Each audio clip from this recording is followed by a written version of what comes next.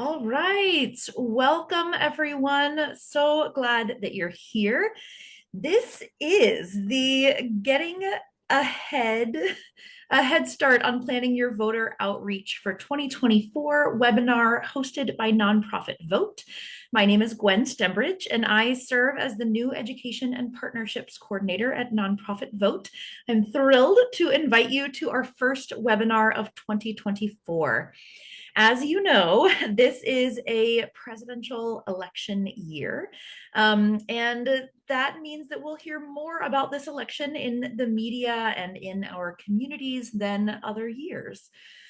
It's easy to get flooded with a lot of information, especially in a presidential election year, and it can feel overwhelming.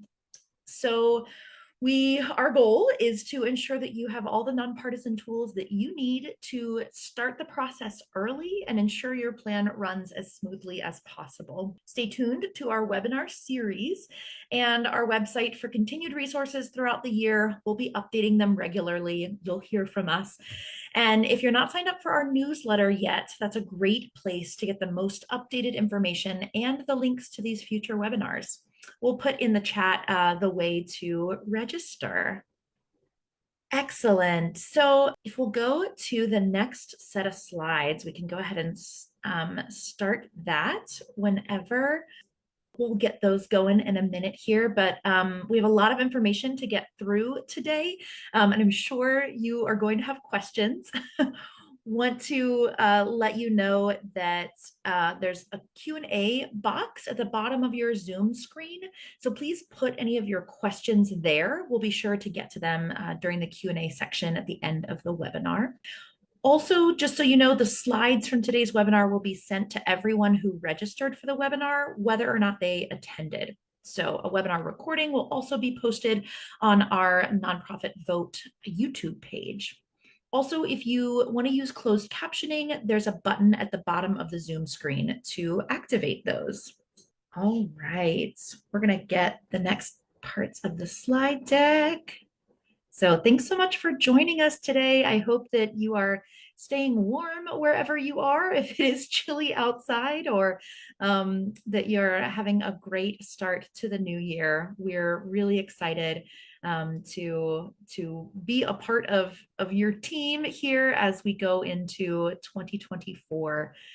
So I saw that there are folks really from all over the country here that have joined us on the webinar. Thank you so much for taking the time today out of your busy schedules. Really looking forward to this time. So we've got just a couple more pieces here as we will move into the agenda. Let me go ahead and tell you a little bit about that agenda. You'll see it on your screen in just a little bit, but we've got a full agenda today.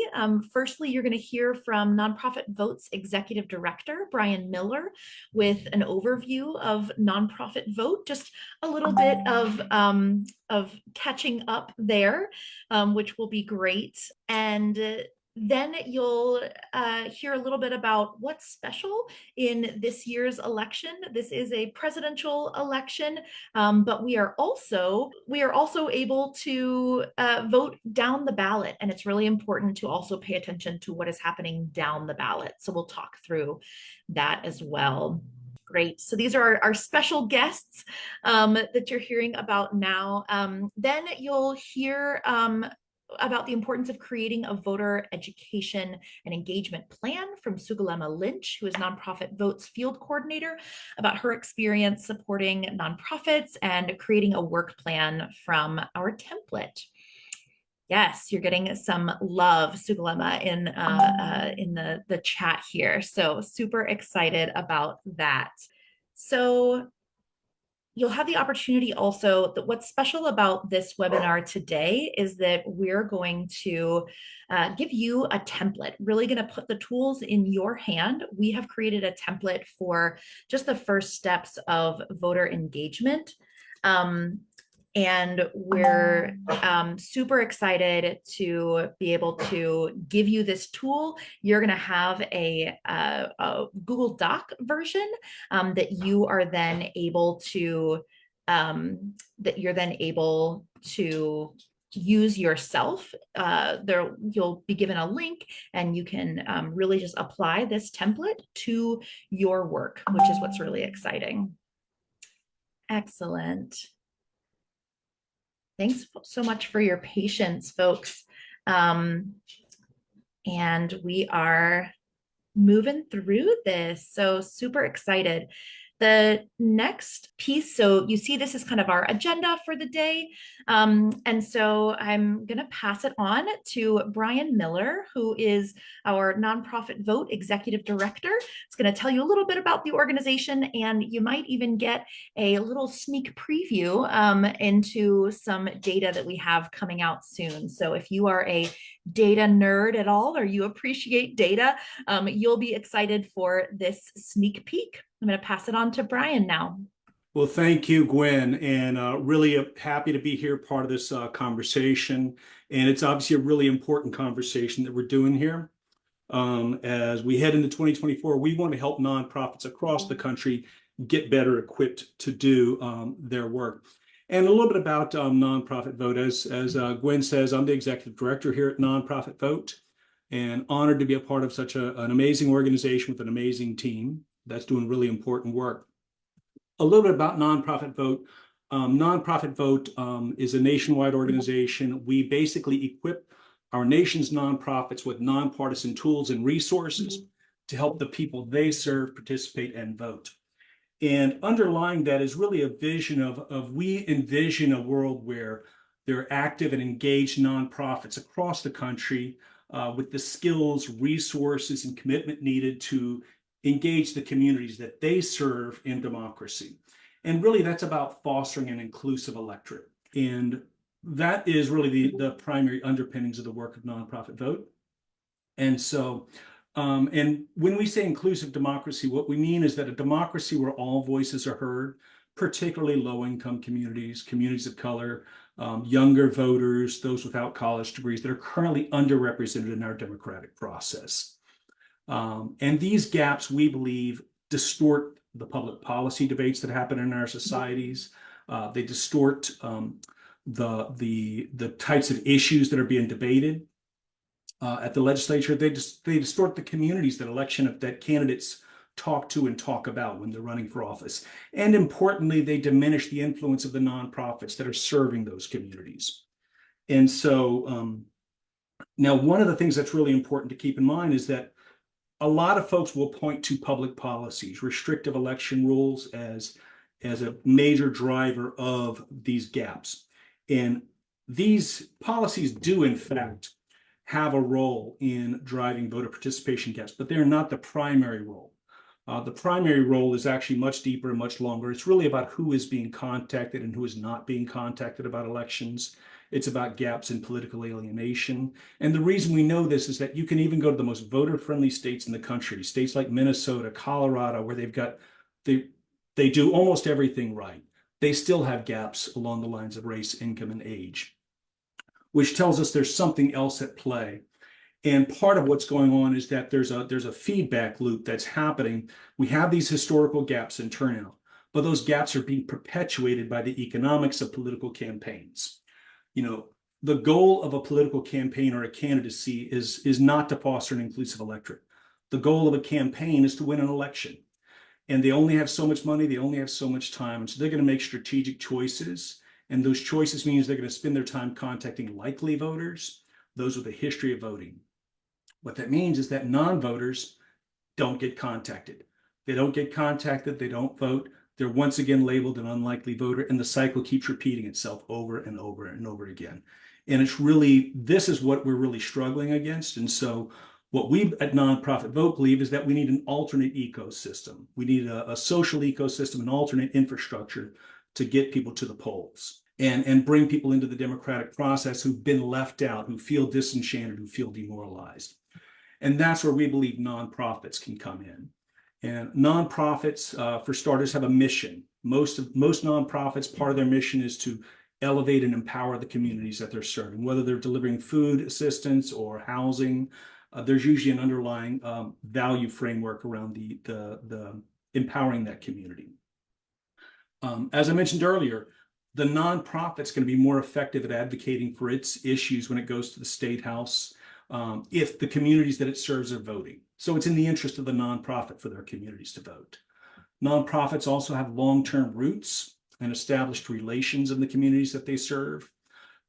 They have trust and they have cultural competency. You know, if there's a nonprofit that's working in a Hispanic community, they probably have a whole staff of Spanish-speaking staff who can, and from that community, who can speak to the concerns of the community more directly, which is radically different from some canvas operation parachuting people who aren't from the community, you know, to go door knocker or whatever they do for other strategies.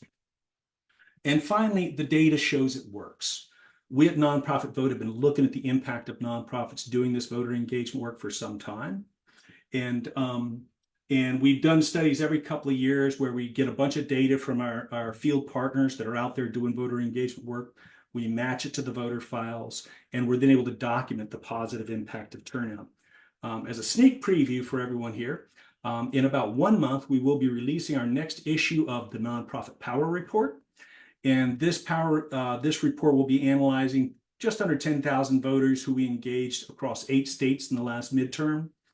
And, you know, no surprise, it's going to be more likely to be communities of color, more likely to be younger voters, et cetera. But what's really important is the positive impact on turnout. The people that were engaged by nonprofits voted at a rate 7 percentage points higher than comparable voters. That's 53% versus 46%. That's a huge positive impact in turnout, which we attribute to the fact that these nonprofits have trust. They're in the communities, they're grounded.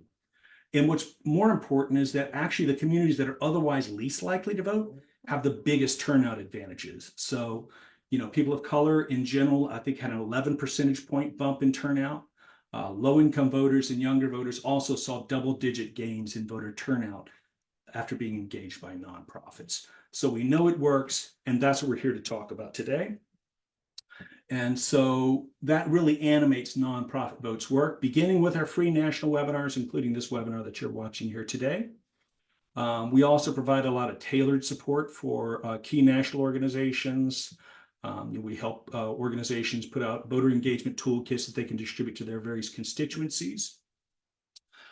We do run a multi-state field program, which again provides the data for the analysis that you just saw. We also have a philanthropy for voter engagement initiative where we're basically, you know, we've surveyed our partners. We know that there's a lot of partners, things that nonprofits are struggling with. Sometimes it's perceptions of partisanship, understanding the legalities, but sometimes it's funding, you know, or support from their funders, or at least a green light from their funders that says, yes, you can do this, and you're not going to jeopardize any of your funding. And so we're really working with the philanthropic sector, making presentations at different foundation convenings about the importance of foundations and what they can do to support this work. And lastly, we do lead the work of National Voter Registration Day. It's a big collaborative holiday. We are honored and happy to play our role in driving and coordinating that holiday. And so that is essentially the summary of the work that we have. And I'm going to turn it back over to Gwen. And so thank you again all for joining this conversation, and hopefully you will walk out of this webinar with the framework of a plan to build out your voter engagement effort in whatever community you're organizing in across the country. So thank you again. Thank you so much, Brian. I don't know about you all, but I'm excited about the Nonprofit Power Report for this year. I know as I talk with our partners, as I am newer in this role and just getting to know our partners, often the thing that I hear is that folks are able to quote that report as they're talking with funders, as they're talking with, you know, anybody in the community, and that it has been really impactful and helpful. So glad, and we're looking forward to that.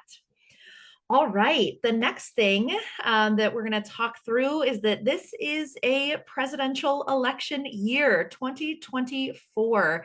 There are things to vote for every year, and it is important to vote every year, but these elections happen every 4 years. So you're going to hear a lot and see a lot in the news and in advertisements, social media about the presidential election, because that's sometimes the first thing that people think of when they think about voting. But that's not all that happens this year, and that's not all that's going to be on the ballot this year. So I really want to draw your attention to the fact that the legislative branch of government has 468 seats up for election this year. That's 33 senators and 435 House members. These are the folks that write and vote on laws that impact our lives, perhaps sometimes even more directly than the presidents do.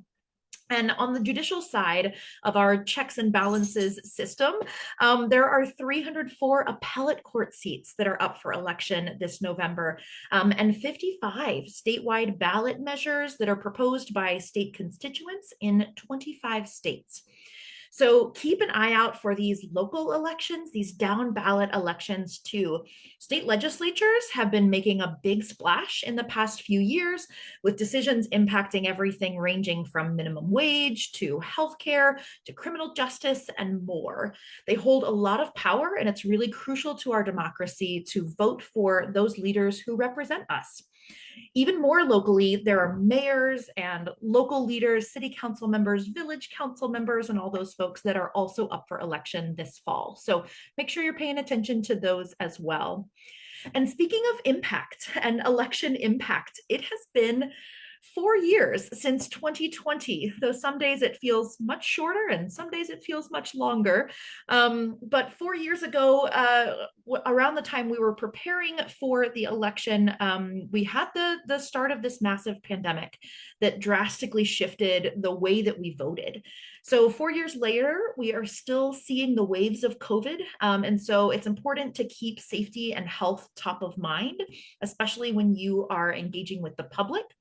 So please do check CDC and local guidance recommendations about distancing or masking or other personal protective equipment for volunteers and for staff members. We want to make sure that everybody stays safe. You can also take steps to prevent the spread of disease by doing things like wiping down frequently touched surfaces like tables, doorknobs, and even pens. One additional piece of advice in this year's elections is to continue to check your state election laws. Like I said, these state legislatures have been very active, and some of them have actually made changes to election law since last year and since the last election. So it's important to keep up with those changes so that you can get the right information to your communities. We'll support you in all the ways that we can, but also want to make sure that you're paying attention to that. All right, now I'm going to pass the mic to Sugalema Lynch from our team, who serves as our field coordinator, and she's going to talk to you about the nonprofit vote field team and how she supports organizations throughout the year in creating these voter engagement plans. On to you, Sugalema. Thanks for the introduction. Again, my name is Sugalema Lynch, and I am the field coordinator for the Multi-State Voter Engagement Program. And I'm excited to be here today to talk about how we support nonprofits with their voter engagement efforts. It's a very hands-on job, and I really enjoy working with the different organizations that we get to partner with. In 2023, our field program, we worked within 8 states and supported over 57 nonprofits with voter engagement. And the organizations we support are primarily human service nonprofits. We have some that work on voting rights, but for the most part, we're working with organizations that nonprofits that are focused on community health centers, food pantries, housing coalitions, and mutual aid associations. And this year, we hope to expand to 9 states with our voter engagement program.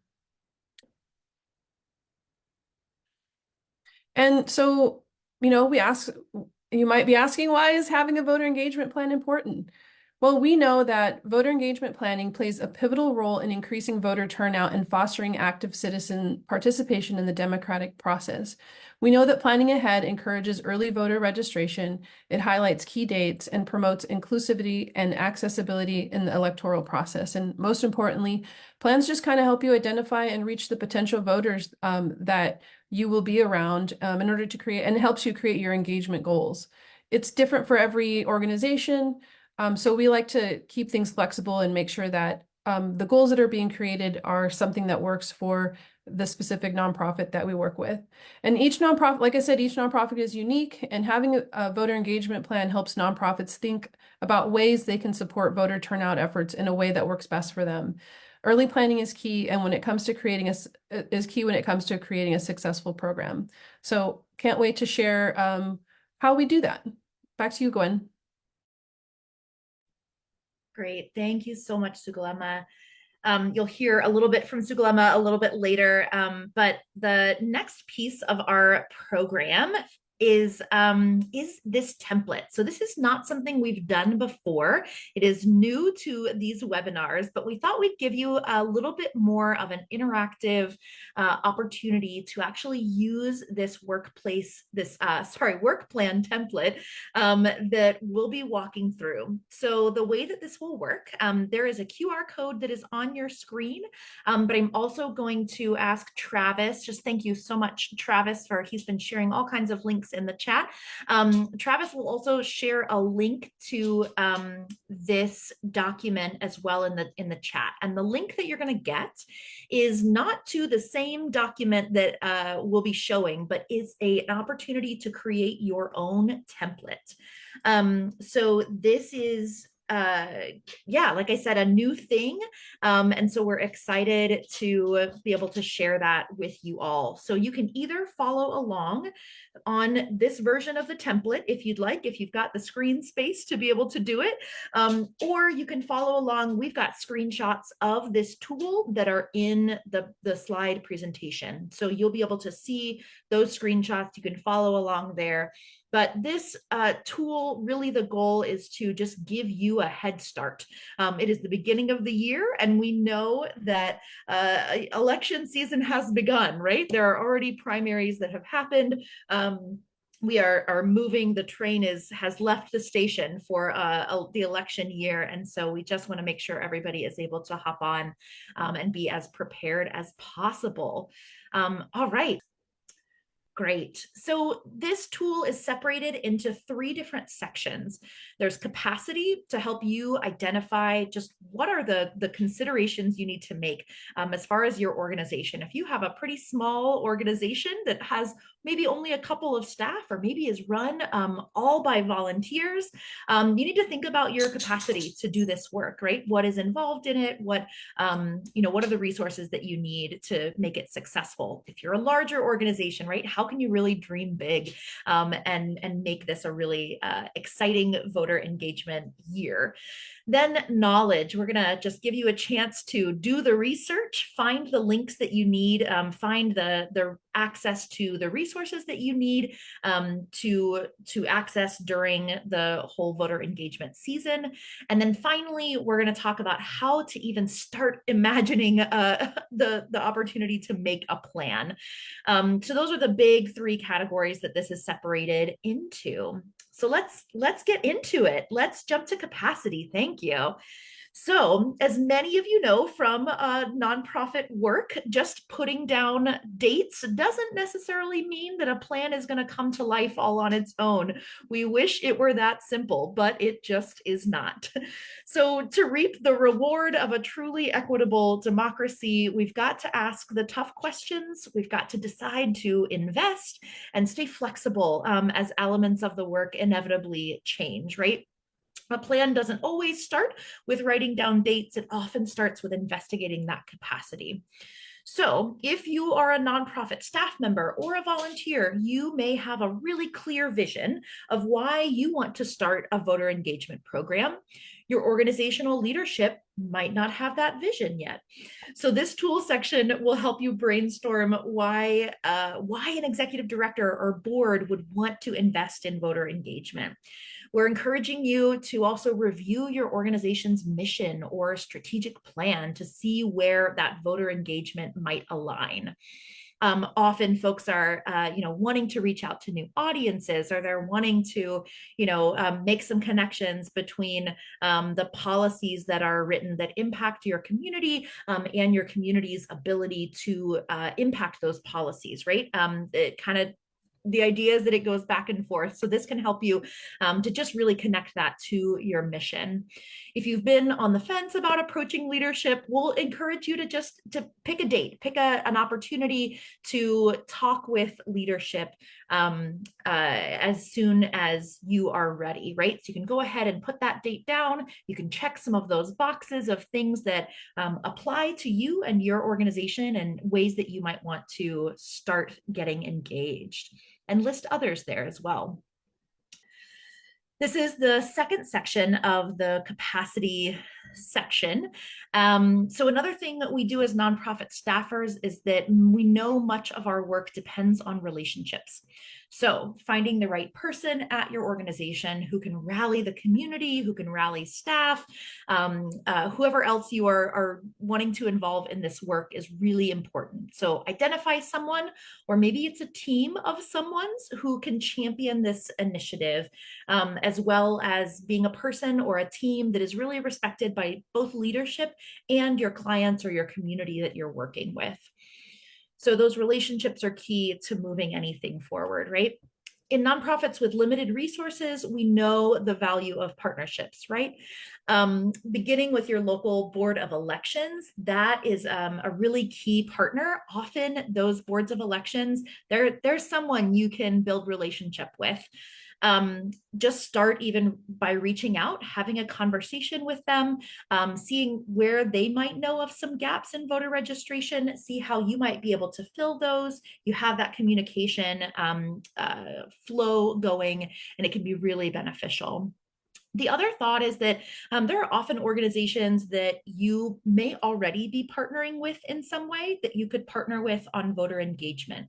So organizations that have a similar mission to you, organizations that are also representing the same region that you are in, might be just really key and might be helpful. They might also be wanting to do some voter engagement, but might not feel like they have the capacity, but working together might give you that opportunity to have that capacity. So just encourage you to really think expansively. And this is that early time when you can start to think about that stuff. Partnerships, we know, take time and planning. So this is the time to begin to look at that. So write down some names there as you're going along here, and folks you can think of who you might want to partner with. All right, ready for the next piece?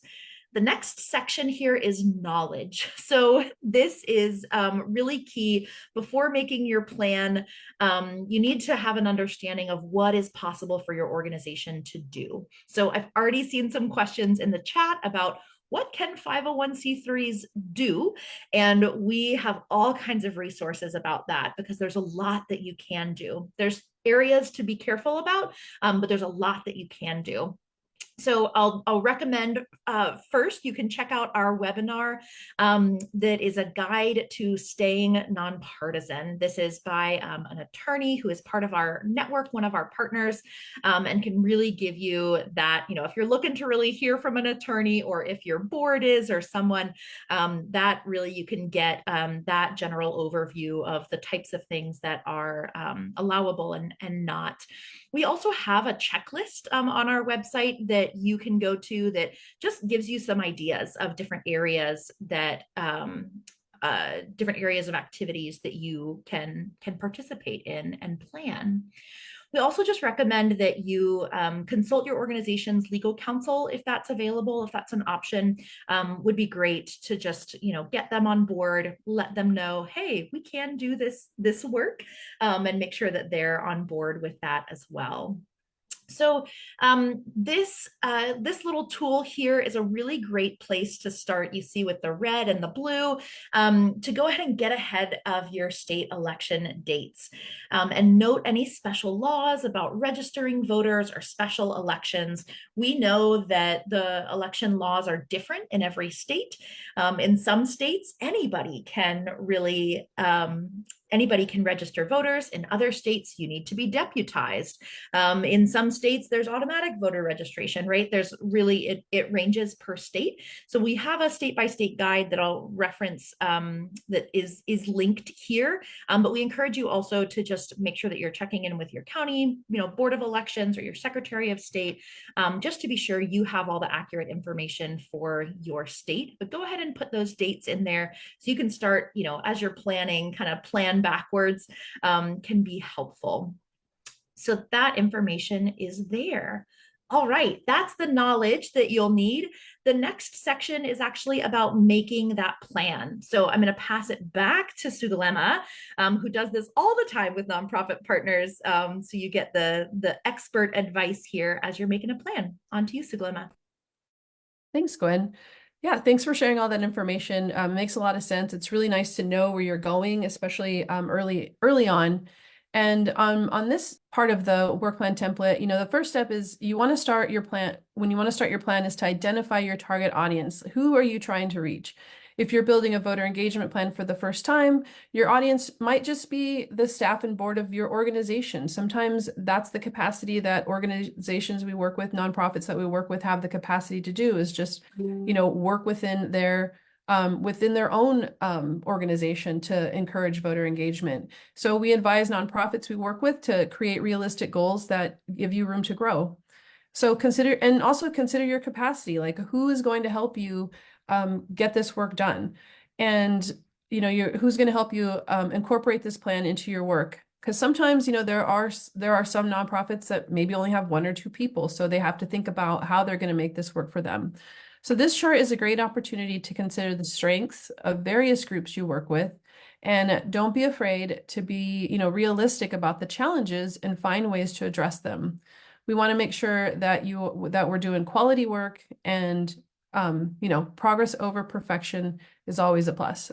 On this part, this tool will help you identify opportunities to engage your target audience. You can just kind of imagine a typical or average month at your organization. What are the touch points you have with community members? Think about all the people that you come into contact without even having to go anywhere necessarily. You can use the top section to brainstorm opportunities for direct contact with an external audience, like community members that attend your events, clients, families, volunteers. And you can use the next section to identify opportunities to engage your internal community, like staff, board, key volunteers. Even if you have janitors, everybody is included. And the next piece, you'll want to identify indirect opportunities to share your voter information. This may be all you do if it's your first time doing voter engagement, and that's fine. Getting information out to your community via physical displays, posting on social media, maybe putting a link in your email signature, and other areas within your organization is also helpful. And so, once you brainstorm all these opportunities for contacting people, the numbers from all of those, you just kind of add up all your numbers once you're done. And you kind of think about, are these numbers realistic? Is this going to be a good goal for us to set? And you can adjust as you go, and do what feels comfortable for you. And so now that you've done all the background work, you can start putting dates together. We have a voter registration and engagement timeline. That's a great place to start. It starts about 6 months out and goes through the election. You can integrate into your organization's calendar and to ensure that you have an adequate planning time. This is also a great time to revisit the permissible election activities checklist to ensure your plans align with nonpartisan requirements. As always, please stay tuned to our online resource hub and additional tools like this one, and let us know if you have a request for a specific resource or webinar, and we'll do our best to respond. Back to you, Gwen. Thank you so much, Sugalema. Great info here. And again, this is really compiled from years, if not decades, of experience doing voter engagement from around our team and our partners. And we're just continuing to get that most updated information to you all. Great. now is the time in our webinar when we are going to move to Q&A. So we'll go to the next slide, but there should be a little button at the bottom of your Zoom that says Q&A or question and answer. So if you have questions, now is the time to put them in there, and we will do our best to answer them. If we're not able to answer them here in the moment, then we'll be sure to get back to you. So great. Travis, are there, got it. Our first question. We have a question here, and I'm gonna pass this to either Brian or Sugalema to see if we have a specific resource for this. The question is, are unhoused people able to register to vote? And my general answer would be, in general, yes, there's no reason why being unhoused shouldn't give you the opportunity to vote. Often people have an address that they are getting things at, or things like that. So yeah, Brian, you came off mute first, so I'm going to pass that to you. So I'm happy to have Sugalema take this too. Sugalema, if you want. Sure. In general, yeah. If you are houseless, you are definitely able to vote. A lot of times, voter registration forms will actually have like if you don't have a physical location, you could actually put, maybe there's a corner that you hang out at a lot, and you can sometimes draw it in there, label it and say, this is where I live. But everybody should be able to register to vote. Brian, I don't know if you want to add to that.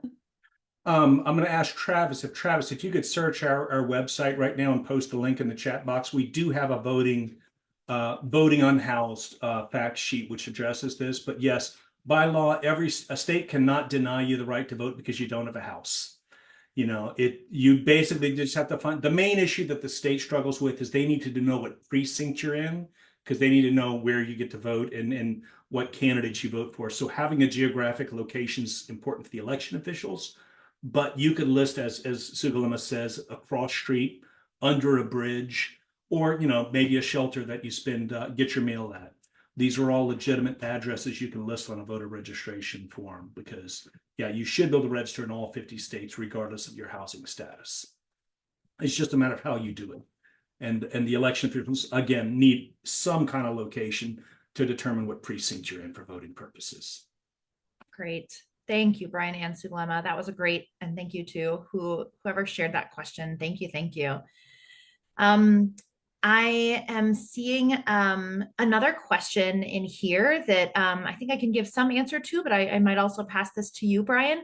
Are 501c3s allowed to partner with partisan orgs for the purpose of voter education and GOTV, as long as you don't talk about specific candidates? So here is that one. And I'll say one of the things that I know is that if you do partner with a partisan org, then it's really important to ensure that there is equal access from all parties to that, right? If you invite the Republicans, you also need to invite the Democrats and give that equal access. How someone RSVPs or how they respond to that is up to them. Anything else you would add, Brian? I saw you nodding along. Yeah, I think you basically just answered that. Essentially, like if you're doing a candidate forum, you have to invite all candidates. If that candidate forum is going to have, the campaign or whatever, then they all need to have an opportunity to be there. It does get hairy. You want to be careful when you start going down that road. But yeah, you need to make sure they're all equal access and all there. And we do have, again, that may be referenced in some of our staying nonpartisan material.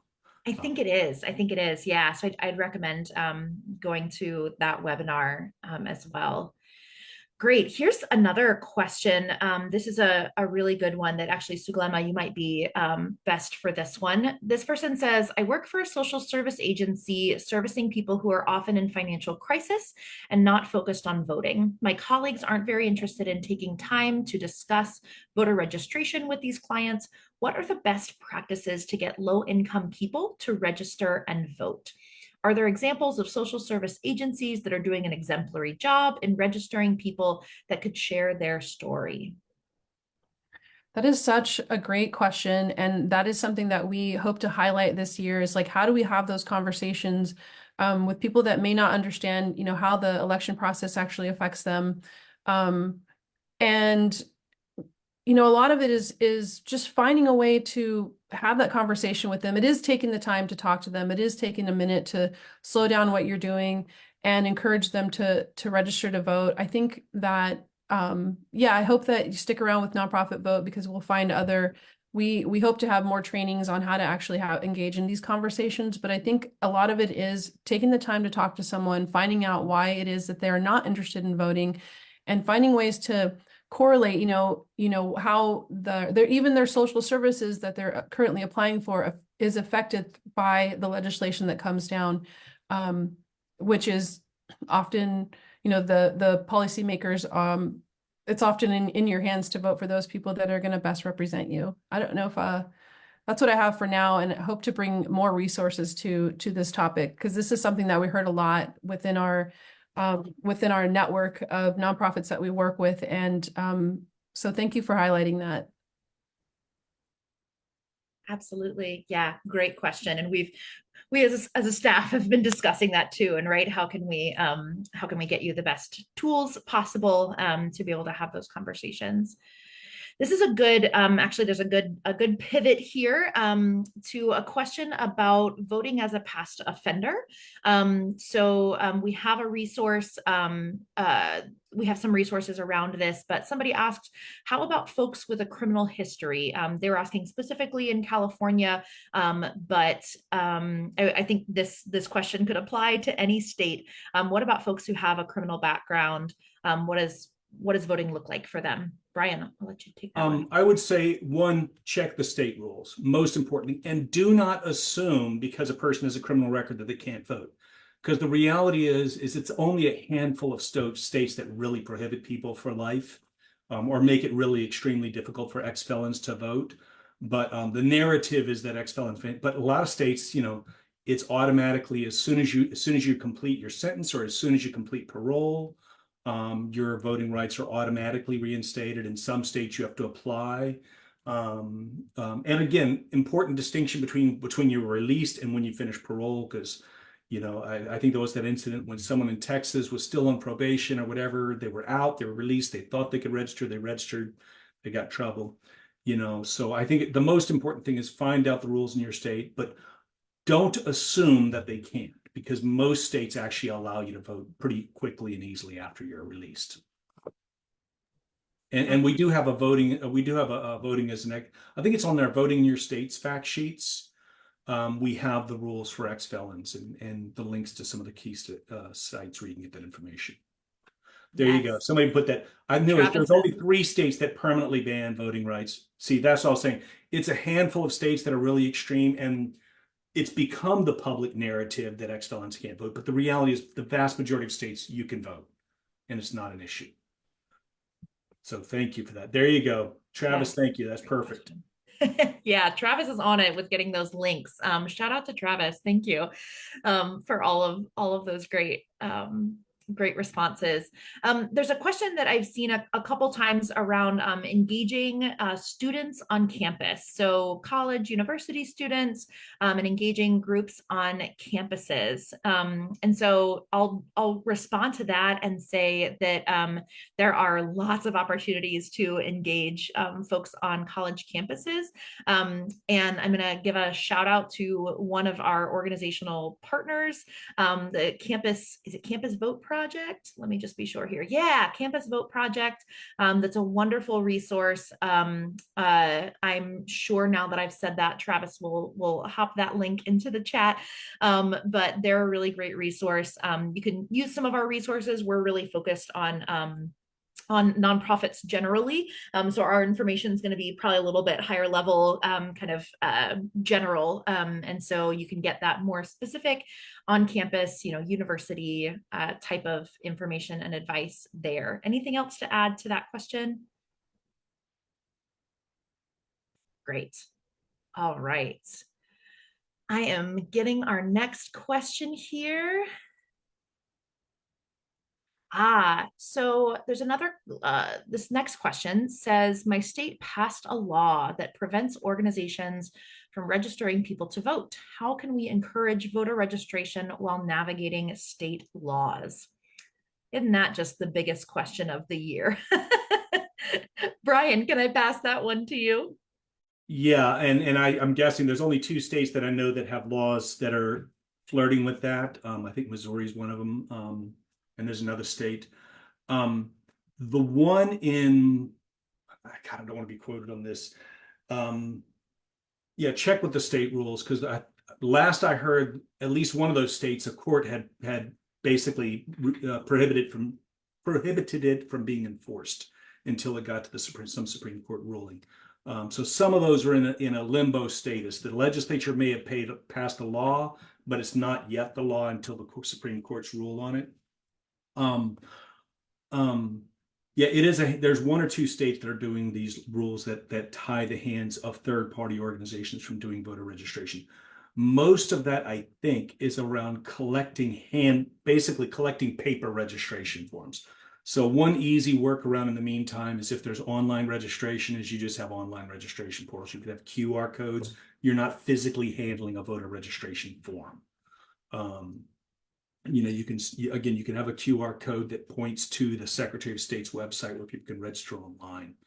But yeah, in those states, I think that's a tricky place. Now, I'm gonna abdicate at some point and say check your local council to make sure because the states are different. But there's one or two states where this is rising up. Thank you. Yeah, great answer. The next question we've got on here is, are there any specific resources for folks with disabilities, access needs, or accommodations? And I know we have several partners, and we actually have, I know there's at least one past webinar on with one of those partners that talks about accessibility needs like that. Brian, I'm gonna toss that one to you. And I'm going to ask Travis to throw there voting. I think we have voting for people with disabilities as a fact sheet, or at least it's a webinar we did. I think it's one of our nonprofit power releases, if memory serves. The National Disability Rights Network has some resources. Actually, our board chair works with the National Disability Rights Network. She's the voting rights specialist there.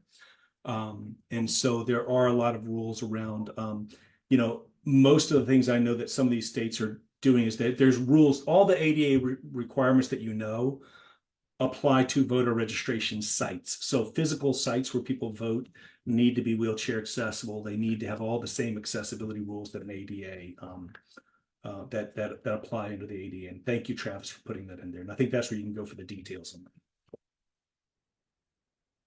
If that answered the question, I think. Yeah, I think that's a good start. At least give somebody a good start. Great. I'm looking through. Y'all have some really insightful, really good questions here. There's a question here about the best way to reach 18 to 24-year-olds that are not in college. Yeah, and I'd either Sulema, if you have thoughts about that, would welcome any of those. I think there are, young folks, and getting young folks engaged in voting is really crucial. And I know a lot of times folks can get kind of disenchanted with the voting process or frustrated, but it's really important. This is one of those tools that we have in our toolbox to make the world a better place, is voting. There are many others as well, but voting is a really key one. So either Suglema or Brian, do you have other insight into that? I mean, I would say it kind of goes back to building those relationships. You may not be able to influence everyone, but who's in your current network? Who's in your family that you could influence? Who do they know that they could influence? Can you influence your network and then have them?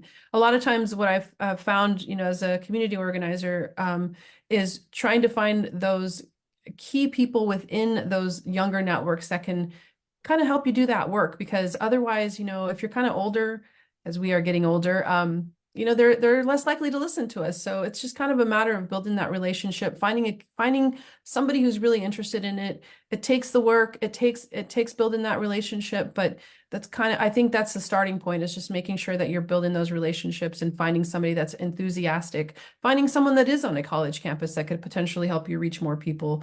You kind of have to get in there and do the work. It's not going to happen by magic, but it can be magical if you meet the right people and just take your time to get to know more people. Again, starting with your close networks is always a great place to begin. It can be magical. Voting can be magical. There's our quote of the webinar. That's something you can take away, right? But I love what you said, Suglema, about relationships and about how, you know, folks are not going to do this just with some random person who walks down the street and tells them to vote, right? This has got to be done through relationship, and that's why we have community organizing. That's why we have, you know, these organizational partners, which is wonderful. There's one more question here that I think is a really good, I swear some of these questions, folks are just like queuing us up to share some of the resources that we have. But this is a question that's asking, are there any resources from Nonprofit Vote with activities to engage staff in voter issues and election information? And I'll take this one and say that we have an initiative called Nonprofit Staff Vote. And this is actually one of the ways that I got engaged with Nonprofit Vote, is that I have a button that I got from the swag that was given at some point that says, I work for a nonprofit and I vote. And so that was part of that initiative. And it's really a tool. There are some best practice policies that are included on that are really encouraging organizations to give employees time off to vote, and ensure that they have the ability to do that, to have that paid time off. There's some other things around policies there. But I'd say, Brian, is there anything else that you would add about the nonprofit staff vote piece? Not that I can think of. I think you covered it. Well, yeah. One, there's getting we have the nonprofits. You probably already reiterated this. And apology. We have the nonprofit staff vote, which is not a counter. It's a complementary initiative to the time off to vote, which is run by Levi. And that's the corporate sector folks that are basically encouraging businesses to give people time off to vote. Nonprofit staff vote, which we launched in partnership with United Way, Independent Sector, National Council of Nonprofits, and a host of other organizations, is really basically doing the same thing on the nonprofit side. But I think part of it is, one thing I will say though, and we have a whole host of resources. We have resources like sample CEO emails that can be sent, encouraging the staff to get engaged, et cetera. Engaging your staff is great because it's a first step. It's like a way to create a culture of voting. And if you're new to it, sometimes that's the best place to start. After that, maybe you move into let's now engage our clients and community serve. So it's a way to move in that direction. And so we certainly encourage nonprofits to do that. We provide what resources we can. Back to another question, the Missouri law. I'm going to go ahead and post this. This is the last article I saw on the status of that Missouri law. And again, it may have changed since then. But this is the court that put an injunction on that to preventing it from being enforced. So I'm going to post that. Again, that's the only state I know of that's tried to do this. And last I heard, it was still being blocked. Gotcha. Thank you. Thank you for following up on that. Appreciate it. Well, we are close to closing time on our webinar here. These are really insightful questions. There may be a couple that we weren't able to get to this time, but I wanted to thank you all so much for your presence here today and for your insightful questions. For the first Nonprofit Vote webinar of 2024. There is a lot in store, and we're really grateful to be in this work with you all. We also have a whole wealth of resources on our website. There's a lot of them. And one of the projects in the next couple of months is to go through all of those, ensure that they are updated. So we're in that process. If you run into a resource on our website that you see that needs to be updated, or that you would, like, to customize or work with us on it, please don't hesitate to reach out. And we're happy to support you in any way we can. At the end of this webinar, you're going to get a pop-up that is going to come in your web browser, and it's going to be a survey. It's 5 quick questions. Just give us a little feedback on how the webinar was today. Specifically, would love to hear about the tool, the template that we gave, and if that's something that you think is helpful. If you'd like to see more interactive webinars like this, please let us know there as well. Your input really helps us to continue to provide you with the best tools and resources that we can. So please stay tuned to your email and other outlets to hear about February's webinar. That will be coming out soon. Have a wonderful day. Thank you again to Brian, to Sugalema, to Travis, to Ego, to our whole team for making this possible. And we'll see you next time.